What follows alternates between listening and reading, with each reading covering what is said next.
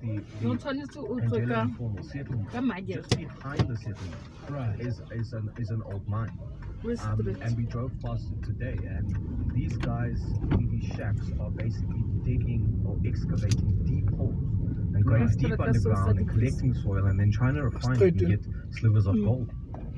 So in other words, the mining is not necessarily related to access to shafts. People are literally starting to excavate the ground. Presumably the consequences for that in terms of the stability in the area in the long term could be quite grave as well, because if they're digging, they're probably digging deep.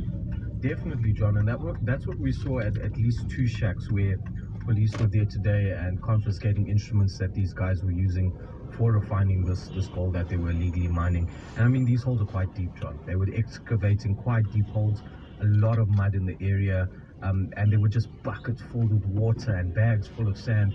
They had quite an operation set up there in terms of refining this gold. And from what one of the witnesses says is they usually use these gas canisters. Yes. And they cut them open and they use, I'm not sure whether they use the gas to refine the gold, or whether they just use the body of the canister itself. Right. So yeah, there's a lot that needs to be done in terms of policing that area. But you know, the people are just fed up. They say every night they're hearing gunshots. There's always war amongst these Zamazamas, and they've been there for years. And yet it takes an incident like this for police to actually show up and do something. Thanks very much, Oren Singh, EWN reporter, after I would think a torrid day out in the Angelo settlement. If you live in the area, know the area, have family in the area, and you want to add something to whatever we've managed to glean about this tragedy, much will be said about it in days and weeks to come, I'm sure.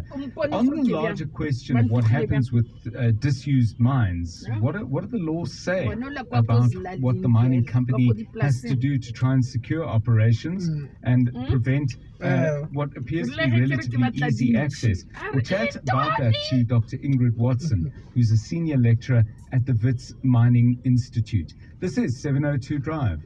You're with John Perlman on 702. Okay, we've got this one message. We are going to be talking a little bit later in our Your House, Your Home feature with Marina Constas, who's a lawyer, very expert in property matters, about what you do with neighbors who make your life difficult. This one's different to what I've heard before, I must say. It says they aren't often noisy, but the hassle is that they do deliveries or some kind of distribution business from home, and they don't have an intercom or buzzer. So 15 times a day, a scooter or car is hooting at their gate to get their attention. Seriously annoying.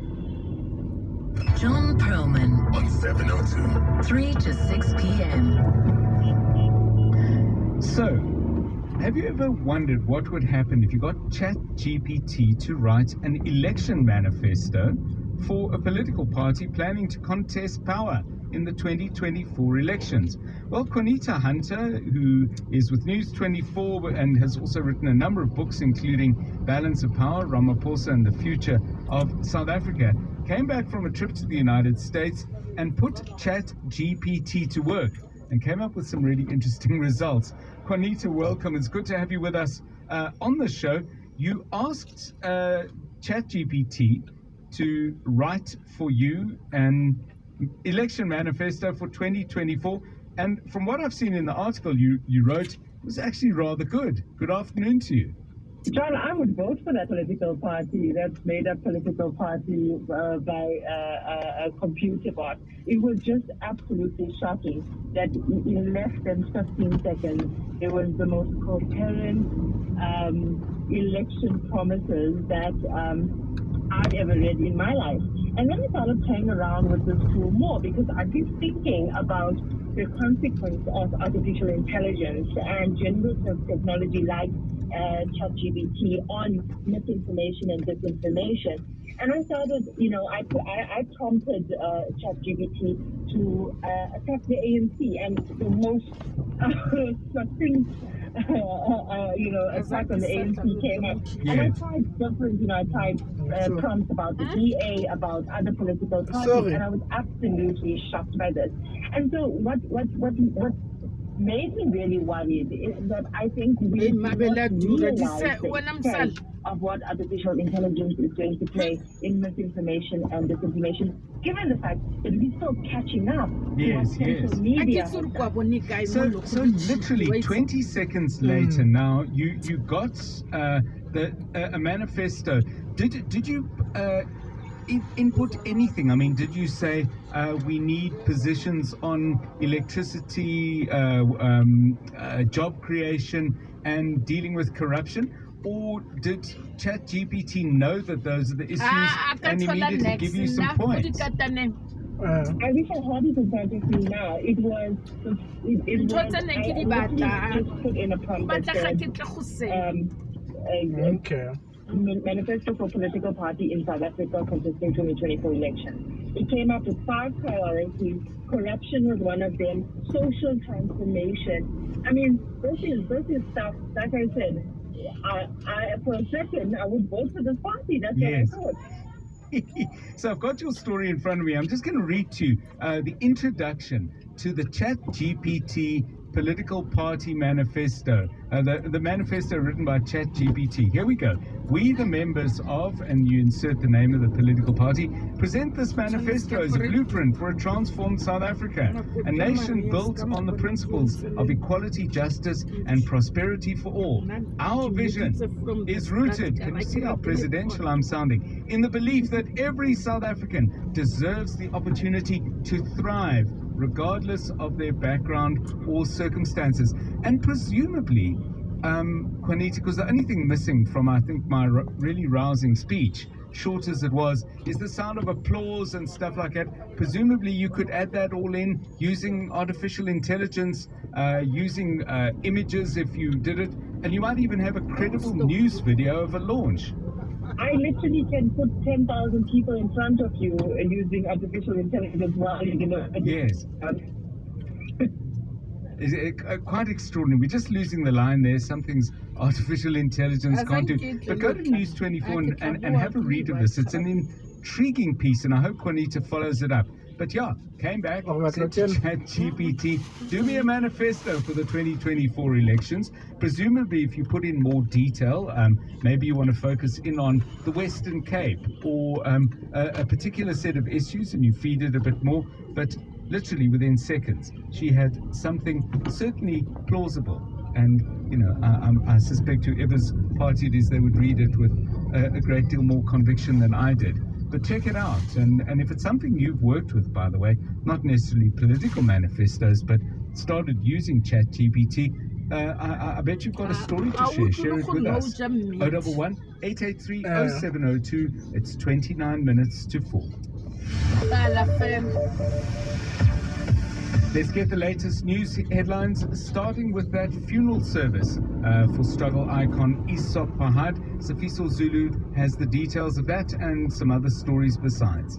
Thanks, John. Good afternoon. Well, mourners have gathered at the West Park Cemetery in Johannesburg, where they are bidding farewell to the struggle icon following his passing this morning. Isop Pahad, a former minister in the presidency, died earlier today following a battle with stage 4 cancer.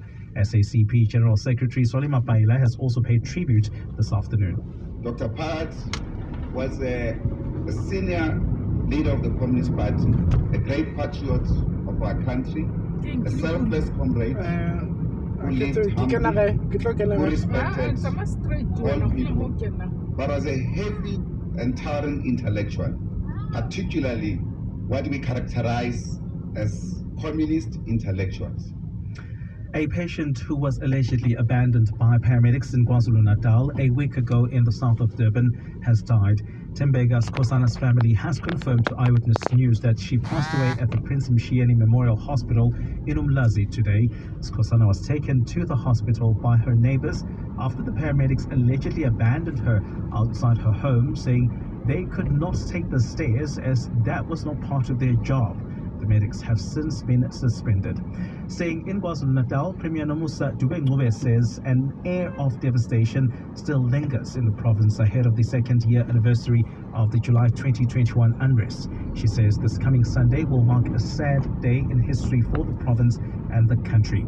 The unrest saw widespread looting of business premises and infrastructure and riots, which started in KZN and later spilled over to Gauteng. This included the killing of people in the Phoenix area north of Durban. Dube has been speaking at the provincial legislature today. Those sad memories are still with us, and even today, when over 300 people lost their lives and thousands lost their livelihoods. Meanwhile, in Johannesburg, former Ukhozi FM DJ and alleged July unrest instigator Ngizwe Mchunu has accused the state of twisting his words.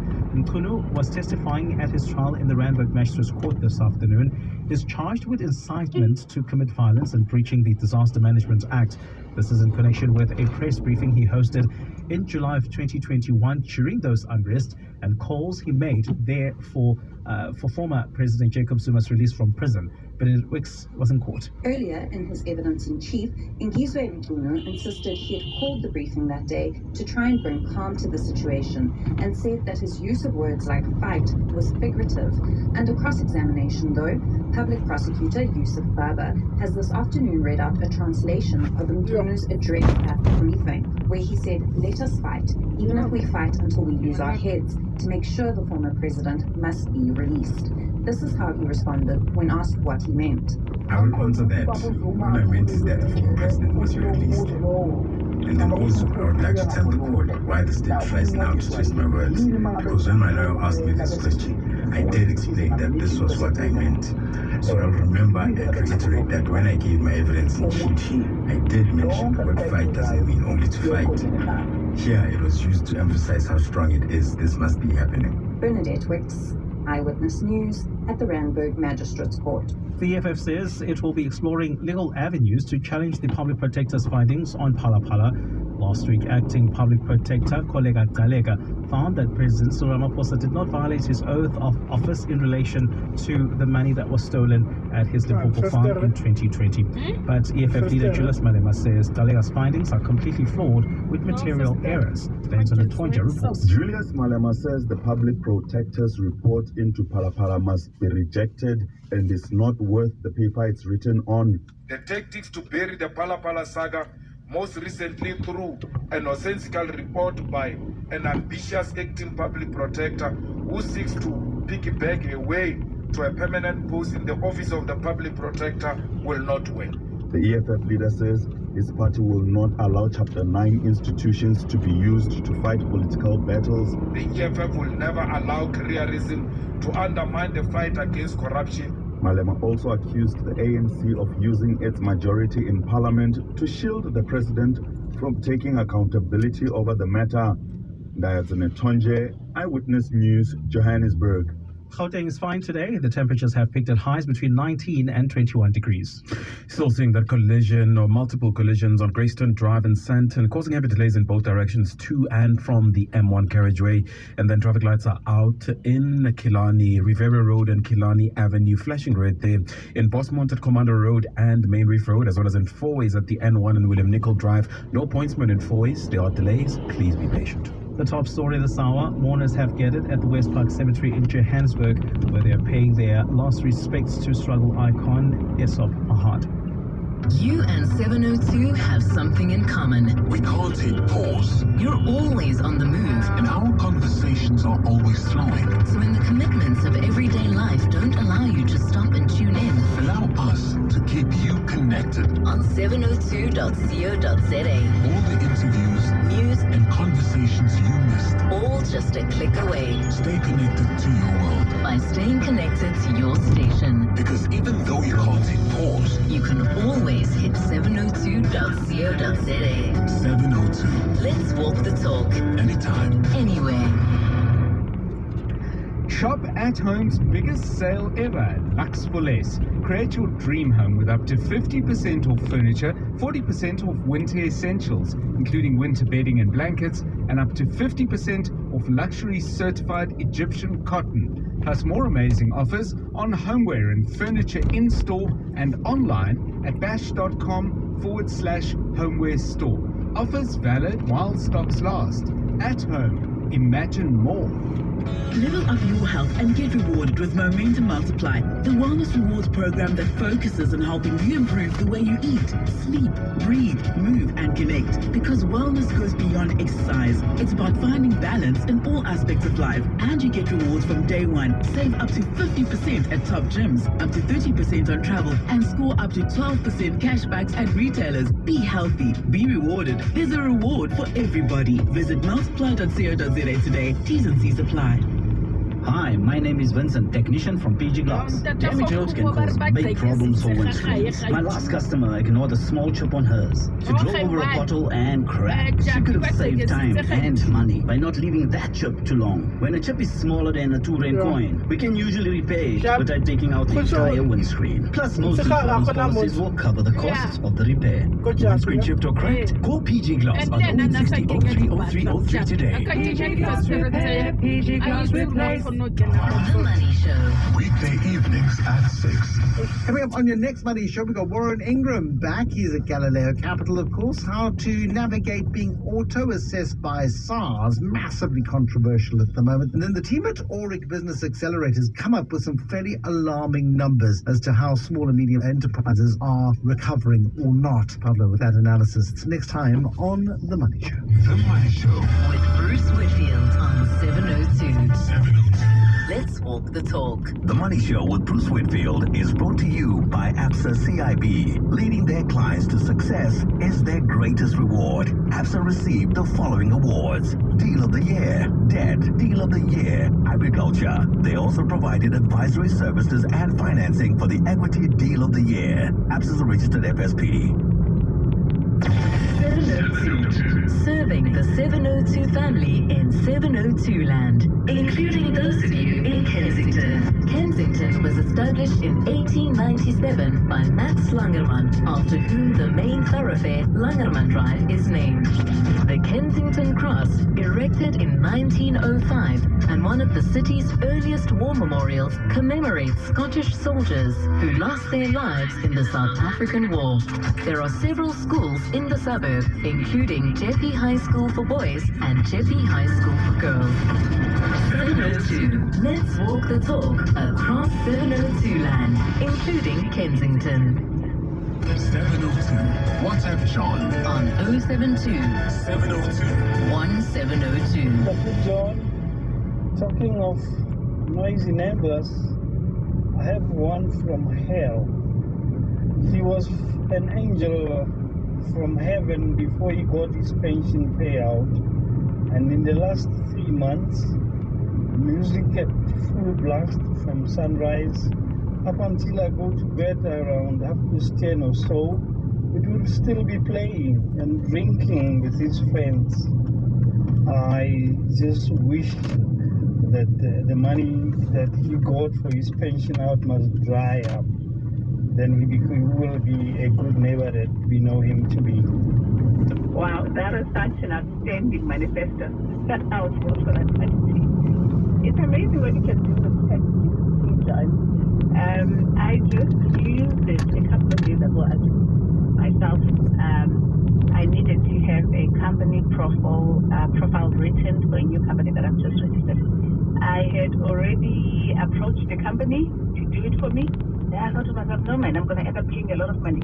Let me just try out this AI thing. And I just typed a few, keywords, and within, I think it was even less than 10 seconds, it had generated the profile for me. Obviously, I just had to change it here and there, but it was perfect, more than perfect. And the beautiful thing is that you can even keep asking the app to regenerate if you're not happy. And it works perfectly. Wow. Yeah. Things we can do these days, hey?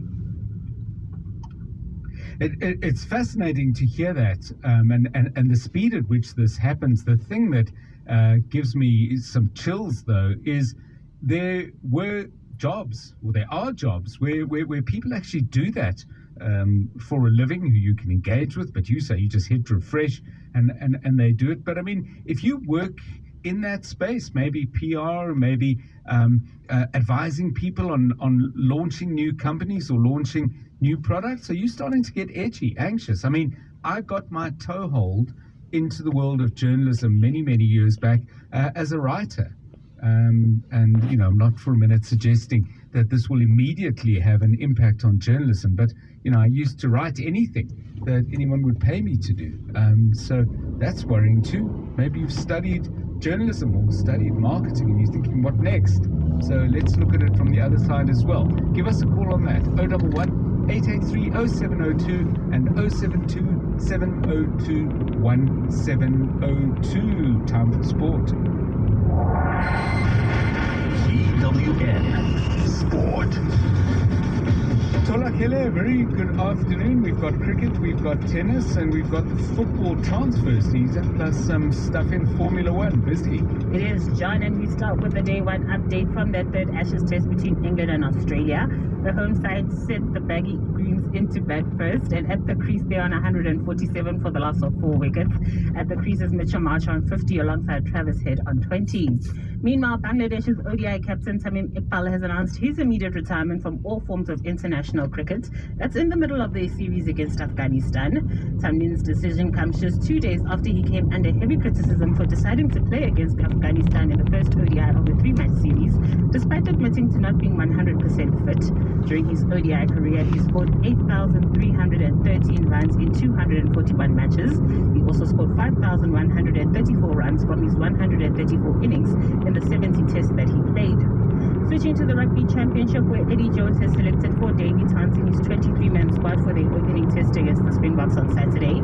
Blanca top hoopers in the starting lineup with Carter Gordon, Richie Arnold and Zayn Nonga set to come off the bench.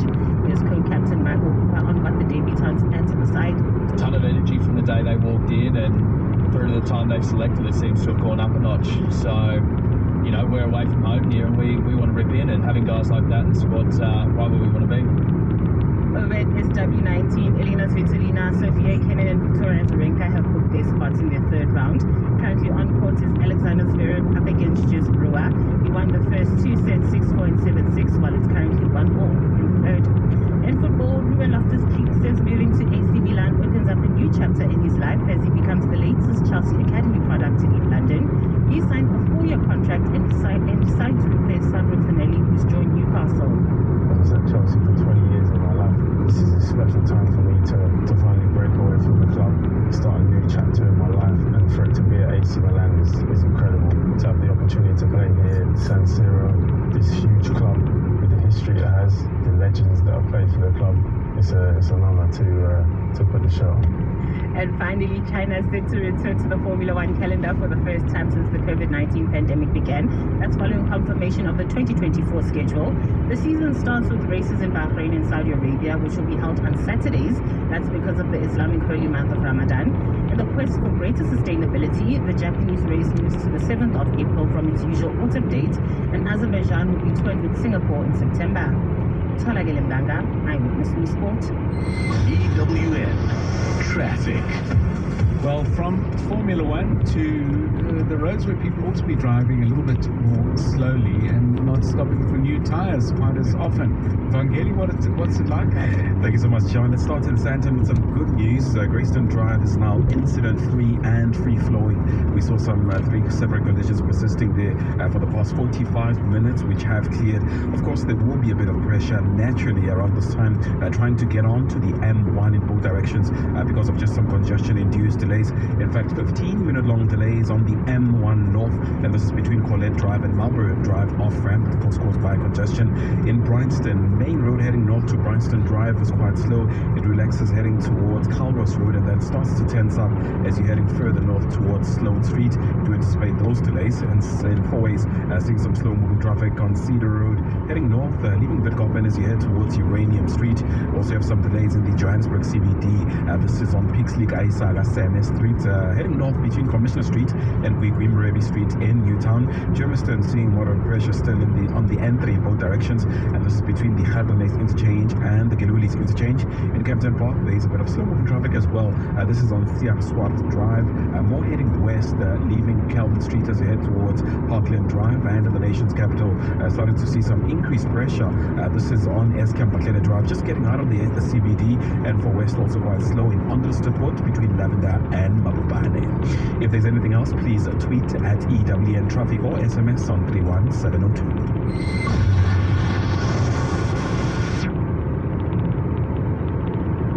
John Perlman on 702. 3 to 6 p.m. 702 Drive, what can be done to seal off mines and prevent people from getting underground to mine what's there illegally? Earlier today, you might have been listening to Bongani Bengwa, and he had a caller who was saying, you can't just pour lots of concrete down there. Well, is that viable? Is that doable? And who would pay for it if that had to be done? That conversation coming your way at 10 minutes past 5. 702. John is on Twitter at John Perlman. Yeah, do send me stuff on Twitter. I always enjoy seeing what you post, but you can also use it as a way of connecting with 702 Drive.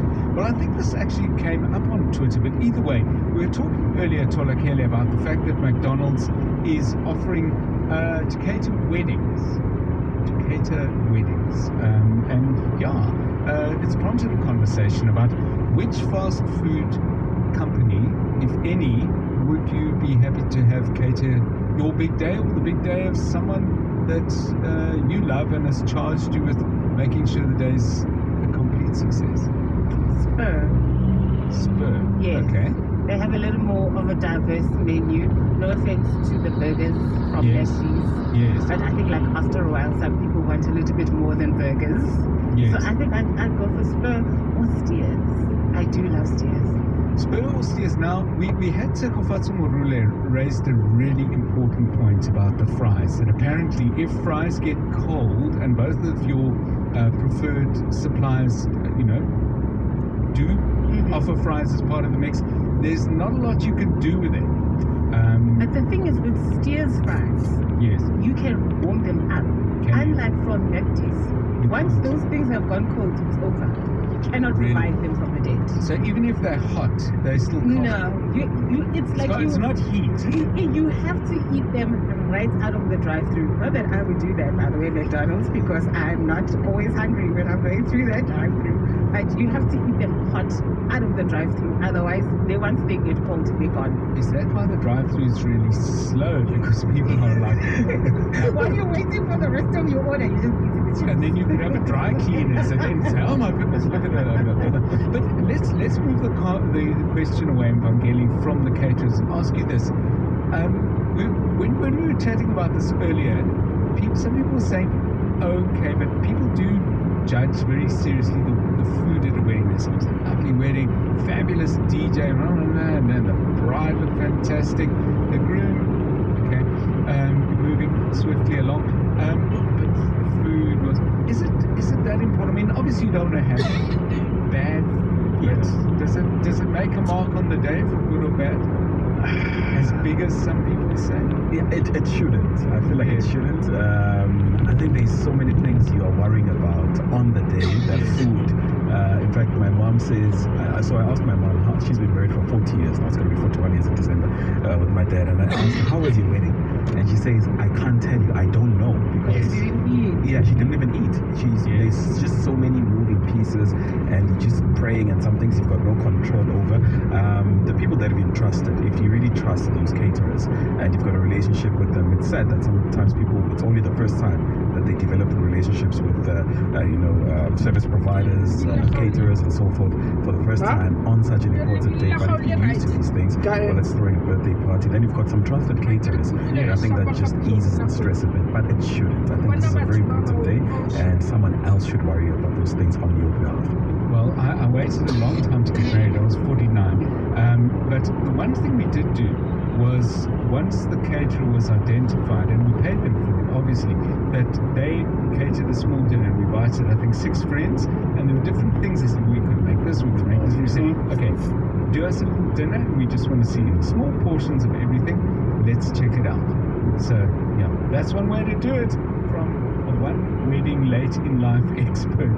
Don't trust me. You can get advice from people far, far more skilled than me. It's 8 minutes to 4. 702. Call John on 011 883 0702. Speaking of expertise about how to get a wedding catered, Neo in 4 ways. Neo, who should we get in? Good afternoon. Good afternoon. Yeah, I should do with the Papachinos. Well, what do they make? I've never been there. More variety. Yes. They've got pizza, they've got meat, they've got your pasta. You know, in fact, if you take you like to do that, but young kids, kids there, my goodness, you have started something that you'll never lose like a cook, which they want to go there all the time. They cook very nice food there. Okay, it sounds like you should never take them there because they might get addicted and expect to go every day. Papachinos says Neo on the line from 4 ways. We're asking what fast food outlet you would get, or fast moving food, what are we calling it? Because we're moving away from takeout windows into Spur and Papachinos territory. But anyway, keep your suggestions coming. It's 6 minutes to 4. John Perlman on 702. 3 to 6 p.m. Well, this week, as last week, and in truth, next week, and the week after that, Standard Bank Private and 702 are giving you the chance to win some much-needed cash. All you have to do is play Can't Beat on 702, and you could walk away with R1,000 cash. We asked you to visit 702.co.za to enter for the chance to be crowned the Can't Beat champ. Can't Beat with Standard Bank Private on 702. T's and C's apply. Why do you give your best every day? Is it from the corner office with a view from the top, or is it something closer to home? Your family, friends, maybe even your community. At Standard Bank Private, they know that it's not what you do that matters, but who you do it for. Search Standard Bank Private for more. Standard Bank Private, it can be. Standard Bank is an authorized FSP and registered credit provider. T's and C's apply. You know what you know, but do you know enough to win? Can't Beat on 702 Drive with John Perlman. Powered by Standard Bank Private. It can be. This is what we're going to do. We have 5 questions. We have 2 contestants. We have R1,000 up for grabs. Let's introduce our contestants, and then I'll share with them just some of the rules that apply when we play Can't Beat. First of all, joining us again from Benoni, Ntombizodwa Tego, who's won 2 days in a row, winner since Monday. A very good afternoon to you, Ntombizodwa. Welcome back. Yeah, just say hi again. I want to make sure your line's clear. Okay, that's good. Nice and clear. Thank you. On the line to us from Delft, down in Cape Town, Nuran Abrams. A very good afternoon to you. Hi. Good afternoon. Nuran, welcome. Okay, these are the rules. I'm just going to remind you of a couple of things. Please, if we hear any voices in the background that suggests people are helping you with this, that's going to be a reason to disqualify you. So please remember that. If we hear you typing, which suggests you might be Googling for answers, similarly, we'll count that as a reason not to count your answers, and it may disqualify you from the competition. The way it works is we ask you a question. There are 5 in the initial round. Whoever gets the most right out of 5 will be considered the winner. What you have to do is you have to say your name, and that gives you the first bite of the question. If you don't get it right, we'll give the other contestant a chance to answer that question, but you must answer immediately. Okay, we're not going to give you a lot of time because you've already had time, plus you have the advantage of hearing what one of the wrong answers is. So, rules nice and clear? I'm sure they are. Let's go ahead with our questions. Here's the first one. Which male actor played the lead role in the Pirates of the Caribbean movies? Nuran, go ahead. Johnny Depp. Johnny Depp is correct. Nuran, you have 1. Question number 2. What do the letters www stand for in a web address? Tommy? It stands for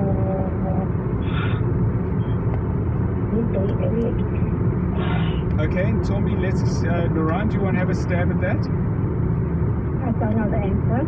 Okay, that's, neither of you get that. It stands for the World Wide Web. What is the, question number 3, what is the tallest building in the world? Yes, go ahead.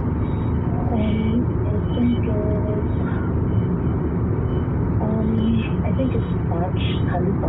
Burj Khalifa is correct, thanks. Tombi, you have 1, Nuran has 1. Question number 4.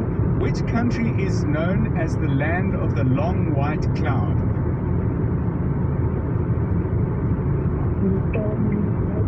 Okay. Tombi? Japan? No. Do you want to have a try, Nuran? Japan? No, you both said Japan, you're both wrong. The answer is New Zealand. Right. Question number 5. Which band is famous for the song Sweet Child of Mine? Yes, Ntombi? Guns N' Roses is correct. Our 5th question gives you yet another win in the competition. Ntombi, congratulations. You are once again today's Can't Beat champ. That means you walk away with R1,000 cash thanks to Standard Bank Private on 702. Nuran Abrams all the way from Delft in Cape Town. Great to have you on the show from the Western Cape, but thanks very much for playing unlucky today. Now, would you like to take part in Can't Beat? Tune in again tomorrow for another thrilling round of Can't Beat, powered by Standard Bank Private on 702. That was Can't Beat on 702 Drive with John Perlman. Go to 702.co.za for your chance to play and win. Powered by Standard Bank Private. It can be. And just by the way, thanks to Atlantlo, got in touch with me yesterday on Twitter and suggested that there were a couple of things we might tweak in the way we ran the competition, raised some questions about fairness, and indeed, Atlantlo, point well made, and we took a few suggestions, so many thanks for that. Do you want to play? 702.co.za. Go on. Do it. Why not? Win yourself some money. Speaking of money, we got a couple of voice notes yesterday about SARS. Tax filing season is underway. There were questions being asked about some of the tax codes, about which I am utterly incompetent to offer any kind of clear answer, but I shouldn't even try, even if I thought I knew. The good news is we have Johnston Makubu, who is SARS Deputy Commissioner, joining us at 4:10. We'll get him to address Victor's question related to auto filing, and we will also take on any questions you might have. So send them through now. 072-702-1702, the Deputy SARS Commissioner, joining us to answer all your questions as tax filing season begins. It's 4 o'clock. This is Eyewitness News. A recount of last night's gas leak tragedy in Boksburg and fond memories for Esot Pahad. Good afternoon, I'm Sfiso Zulum, a resident of Angelo Informal Settlement in Boksburg, where 17 people died from a suspected gas leak. Say the long-standing issue of illegal miners in South Africa needs urgent police attention.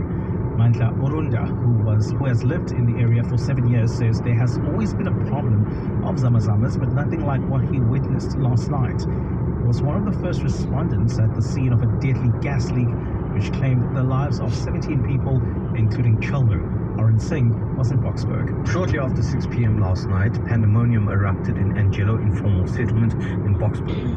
Resident Mandla Marunda claims 3 zamazamas were trying to cut open a gas cylinder containing nitrogen oxide when it exploded, releasing toxic fumes. The guys, they came with the gas bottles, 3 of them. So they were trying to cut them to make something called pendura. They put this gold soil to refine and get the gold. The gas exploded and it released the poison gas. Ikuruleni Mayor Sibuyile Ngudwana says due to a desire for gold, innocent lives were lost. The incident happened because of the zamazamas, because you can see inside that shack that there were some machinery that were built with those gas. 5 women, 3 children, including a 1-year-old, and 9 men were killed in the incident. Arun Singh, Eyewitness News. Former Minister in the Presidency, Esop Pahad, has been described as a respectful yet fierce anti-apartheid activist. Pahad died this morning following a battle with stage 4 cancer. He's been laid to rest at the West Park Cemetery in Johannesburg this afternoon. Alfara Moshwana is there.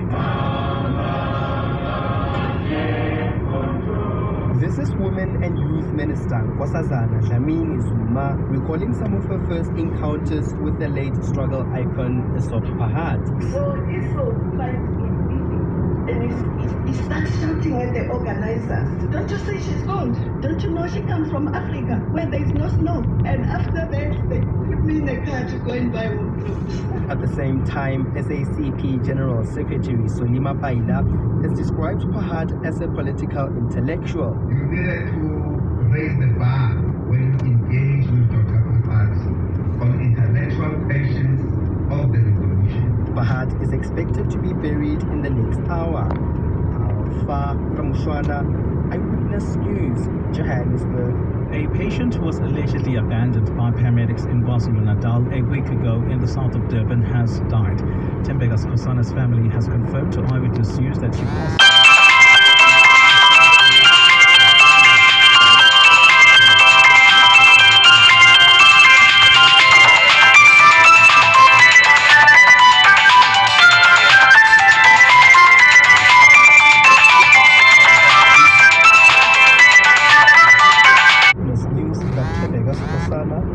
Hospital this afternoon.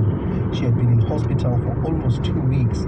Her neighbors transported her to a healthcare facility after paramedics were called to assist her, allegedly abandoned her. Last week, the family told Eyewitness News that the 38-year-old lost her memory. Doctors also reportedly told the family she had suffered kidney and liver failure. However, the family says they are not sure about the cause of her death. Transamabasu Eyewitness News, Durban. Trade Union Federation, COSATU, has called on the South African Local Government Association to address instabilities at municipalities. The demands come as municipalities grapple with ballooning debt, governance issues and corruption, leading to poor service delivery in some areas. COSATU submitted a memorandum of demands to SALGA in Johannesburg today at the Federation's strike over the poor state of the economy. COSATU's chairperson in Gauteng, Amos Munyala, says government must do more to address policy failures. This federation gave government an EXCOM command to implement. We know that we can resolve the energy crisis. They ignored us. Surprisingly, is that they are implementing RE as we speak now. Munyala says the cholera tragedy in Amanskraal is an indictment on local government. It cannot be correct that 80 people die because of contaminated water. It cannot be. It cannot be. And the commission is silent about this. And Israel's military says it has responded with artillery fire after a rocket was launched from southern Lebanon. A statement says rockets exploded adjacent to the blue line in Israel's territory, referring to a UN-demarcated frontier between the states. Lebanon State's news agency has reported that 15 Israeli shells had hit a village. So far, no militant groups have claimed they were behind the rocket launch. The United Nations peacekeeping force in Lebanon, UNIFIL, urged all sides to exercise restraint and avoid any action that could cause further escalation on the frontier, where tensions have increased in recent months. Gold is trading at $1,926.40 an ounce. The rand is at 18.94 to the dollar, 24.20 to the pound, 20.69 to the euro. Brent crude oil is at $76.87 a barrel. On the roads in the city of Johannesburg, Frankenwald, Sandton, we've got a collision on the N3 South. Happened just after the Baklu interchange, so that's before Marlborough Drive. The back of that queue is all the way in Waterfall City, Midrand. Delay starting just after Allendale Road. Please anticipate those. If you press for time, you can get on to Allendale Road and then head towards Clodagh Road and then use Fontaine Road. Save yourself some time as well as fuel. In Sandton, those collisions on Greystone Drive have cleared. There is free-flowing traffic, however, 20-minute long delays. Unusual pressure we're seeing on the M1 North between Colette Drive and Marlborough Drive off-ramp. Please be patient. In your sports, an update from day 1 of the 3rd Ashes Test as well as day 4 at Wimbledon. The Cheetahs invited to participate in next season's Challenge Cup. And Sir Jim Ratcliffe believes he's still in the hunt to buy Manchester United. A fine Friday in South Gauteng tomorrow. Johannesburg dropping to an overnight low of 3 degrees, peaking at 17. Pretoria 7 and 19. Vereeniging 1 and 18. The top story in Eyewitness News this hour. A residence of Anglo Informal Settlement in Boksburg, where a deadly gas leak claimed the lives of 17 people, says the long-standing issue of illegal miners in South Africa needs urgent police attention. Eyewitness News, in touch, in tune, and independent. For the latest, log on to ewn.co.za or ewn.mobi. You're with John Perlman on 702. Let's walk the talk on 92.7 and 106 FM. 702 Drive, lots of stories that we're covering today at 8 minutes past 4. Welcome to the show if you've just joined us. We'll be keeping our eye on that terrible gas tragedy out on the East Strand. And we also have Alpha Ramoshwana covering the funeral of former minister in the presidency, Issa Pahad. Our condolences, of course, to his friends and family and people with whom he was in South Africa's political struggle. Our condolences to them. Coming up on the show over the next hour or so, we're going to be talking in a moment to Johnston Makubu, who is the SARS Deputy Commissioner. He's joining us in response to some questions we got yesterday as tax filing season begins. If you've got questions of your own, please do send them in on 072 702 1702. What do you do about noisy neighbors?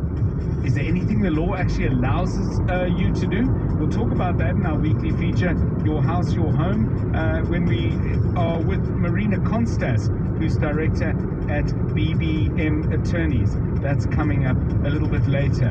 What are mining companies obliged to do when they close down operations? We'll explore that question at 10 minutes past 5. And then, do you have extra electricity capacity? Maybe you've put in solar or something that is generating your own electricity.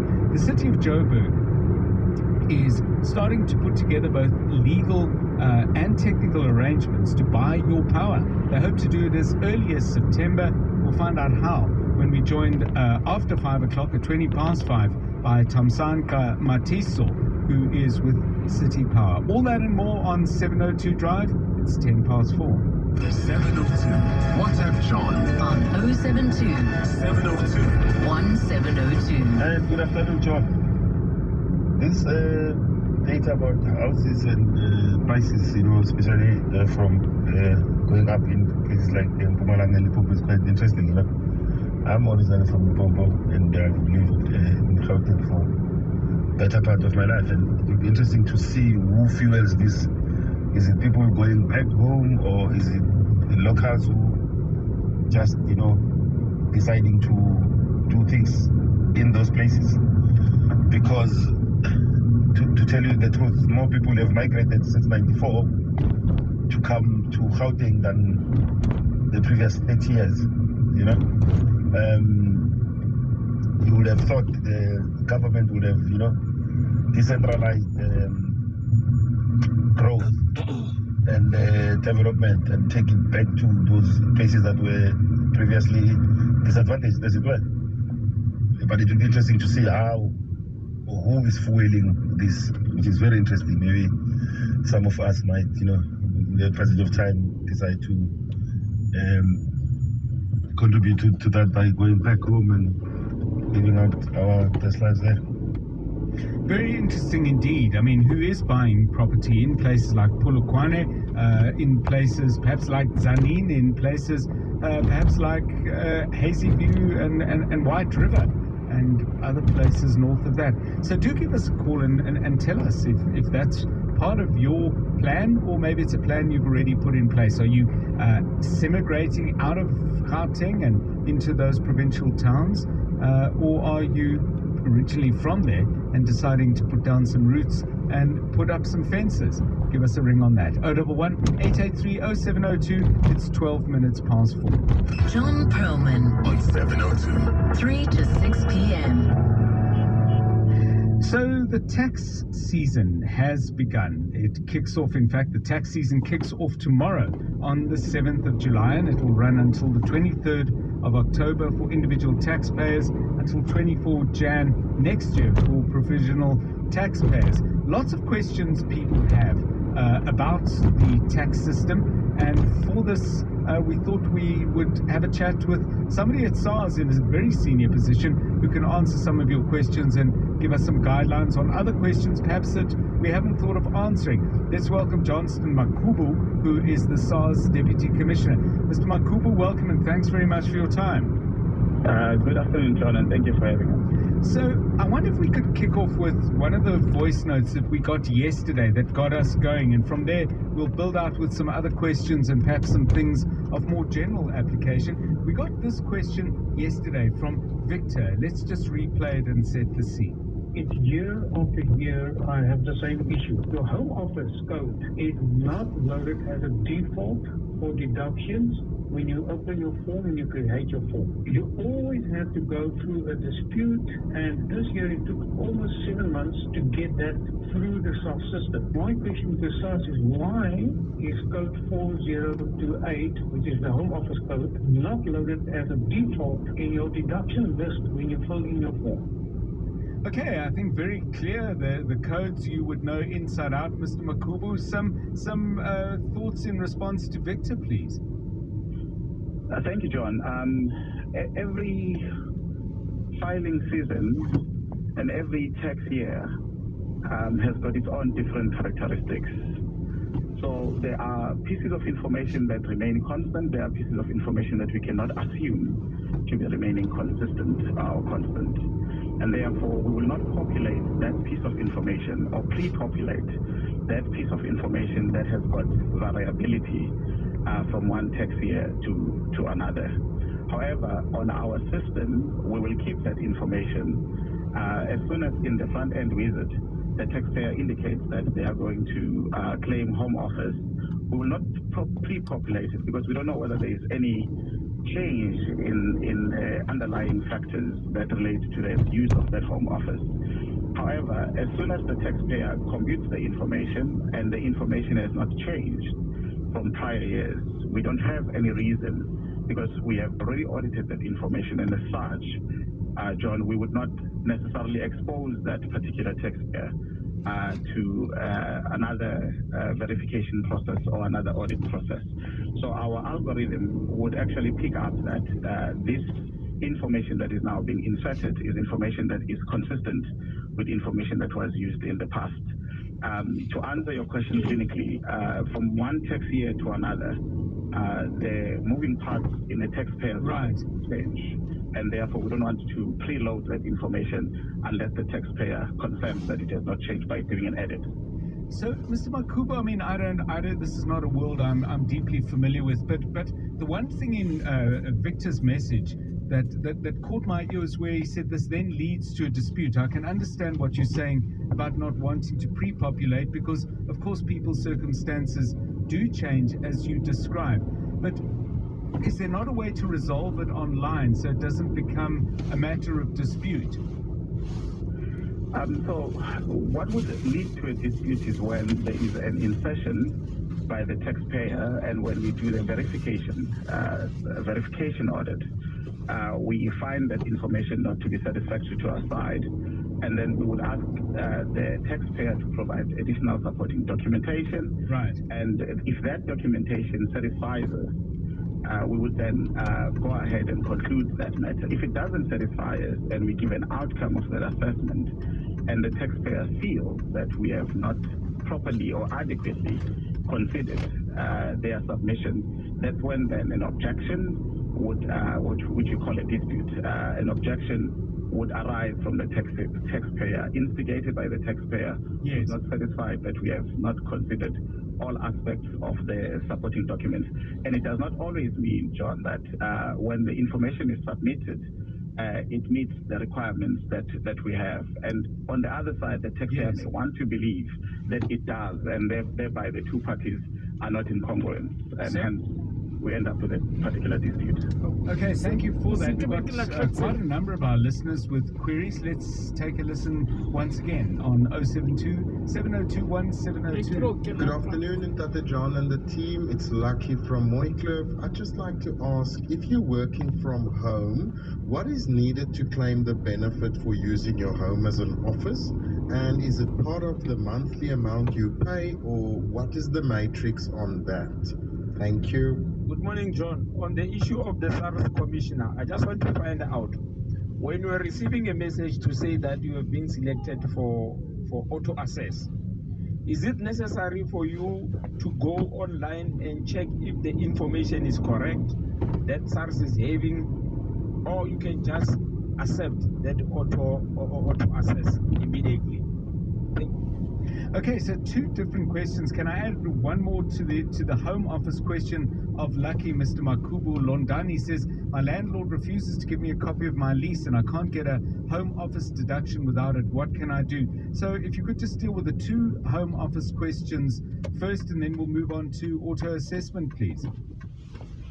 So perhaps what is important, let me first signal, John, that we've got a dedicated page on our website that deals with issues of home office. So one of the things is that the space that you are claiming for is a space that must be regularly and exclusively used for the purposes of your trade. Right. And again, we are with the Treasury in the process of wanting to review these provisions. But as it stands now, the room that you use must be exclusively and regularly used for the purposes of the trade. And it must be equipped for those purposes. So in essence, you cannot use your bedroom for work and then claim office space. And again, if your remuneration consists only of a salary and similar remuneration, your duties must daily be performed in this part of the home. So it must be in line with the generation of your income. So there's a number of other requirements that we have listed on our website in the guide. However, I think the essence of it is that we want to make sure that the space that you are claiming for is used just solely for the purposes of generating income. And also, I just want to make sure that taxpayers understand the fact that there could be also some capital gains issues that relate to the claims that you've put through from that office space. And we've always sort of advised taxpayers to take quite seriously whether they would want to claim that space. Last year, we saw a decrease in the number of people that are claiming for office space, because when we had selected these users, we found that there was a number of auto corrections, or rather requests for corrections. So we picked people up for audit, and immediately they revised the claim. And I think it's because either they come into full knowledge of some information they didn't have post us picking them up for audit. But those that have genuine claims, I've got an office space in my office, I'm working from them, and this office space I'm only using to generate income. That's what we have allowed in the last year, and we plan to do the same as well in this particular year. And again, John, just to signal, we are seeing most people returning back to office as we move away from COVID. So our general expectation is that claims for office use are likely to decrease as we open the filing season tomorrow.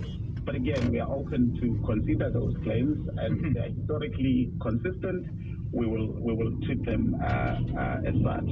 The auto assess issue, if you could deal with that. Okay, so when we've auto assessed, you used a number of third-party data that was available to us at a point in time, and we consider you to be a standard taxpayer. You are indeed able to go look at the auto assessment that has been done. You can do it through our mobile app, and you can do it through the e-filing channel. And if you are not satisfied, we will close that auto assessment, and we will pay you if it's in the credit. However, if there is additional information that makes you believe that you need to be paid more than what we had paid you based on the information that we used to assess you. We will allow you to still submit let me call it a secondary return, primary return being the return that we would have generated using the third-party information. So to answer the caller's question, you've got an opportunity to update your return using information that you may have that is not in our purview. Of course, we would want to most probably audit that submission, because we want to satisfy ourselves that the information that we do not have access to has been submitted. Information that would relate to this, John, largely is travel allowance, rental income, and such things that we may not have access to, that taxpayers may want to include. Come back to our conversation with Johnston Makubo, I beg your pardon, joining us from SARS. But time to get the very latest from out on the roads. EWN Traffic. This Eyewitness News traffic